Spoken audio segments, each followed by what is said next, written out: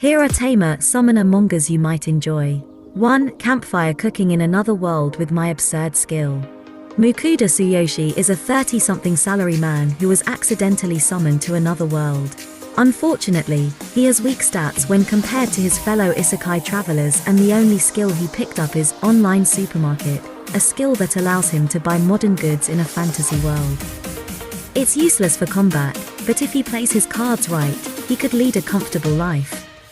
At least, that's what Mukuda thinks, but it turns out modern food bought with this skill has some absurd effects.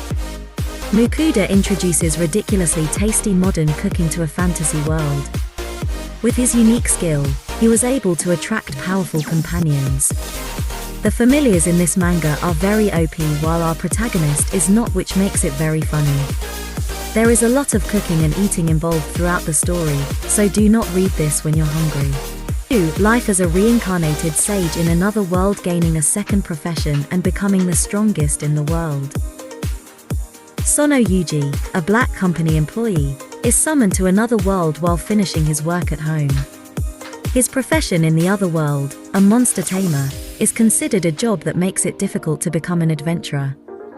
However, thanks to some slimes he met, that read several magical books, he gained magical powers and the second profession, sage. Yuji unconsciously acquired overwhelming powers and abilities. If you don't mind an emotionless OP protagonist and love cute talking slimes with faces, you'll like this manga. Our protagonist's unrealistic OPness, his cluelessness of his power, and the faces of people who witnessed his powers are hilarious. I really enjoyed reading this manga mostly because of the slimes, and it's a good drama-free tamer isekai. 3. The Soul Monster Tamer in another world. I was mistaken as the Demon King when I changed my job.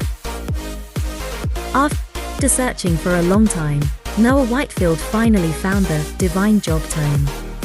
With it, he just might be able to get away from his current divine job, hero, and its responsibility. Unbeknownst to him, his new job as a monster tamer is more special and complicated than he thought. As a former hero, he is incredibly OP. He is a classic hero stereotype with the harem and other stuff. When reading tamer-themed mangas, the familiars are usually cute and fluffy, but in this manga, they are pretty diverse, which is nice. The storyline also is similar to that time I got reincarnated as a slime, but with a human main character. Overall, this is a good read. 4. Saint. No, it's a passing demon. Absolutely invincible saint travels with Mofu Kanata Aldesier, who ended up having a previous life of loneliness, has chosen to use her cheat power and become a monster tamer, the world's weakest occupation, to pat all the world's fluffers. All you have to do is to adore it to the fullest. I enjoyed reading this manga not only because of the comedy but also the cuteness. I really love how OP our main character and how carefree she is. She only cares about the fluffiness. There are hints of a romance which I personally like, but it is mostly a slice of life, adventure-themed manga. 5. Pell Mode. Gamer who likes to speedrun becomes peerless in a parallel world with obsolete setting. Kenichi Yamada was a 35-year-old salaryman. As a hardcore game enthusiast, he was saddened by the modern trend towards casual games. So, when a site claimed to be for people who like to do things the hard way, he just couldn't resist. So, he sets the game to hell mode and chose to become a summoner. However, instead of playing the game on his computer, he was reincarnated into another world as Alan, playing on hell mode. I like that our main character is not OP from the start, so you can see how he grows and improves each chapter. Sometimes he wins and sometimes he loses. In most tamer summoner mangas I've read, familiars have some time to shine. In this manga, they are more like accessories, not a turn-off, but I do prefer familiars with personalities more. 6. Black Summoner.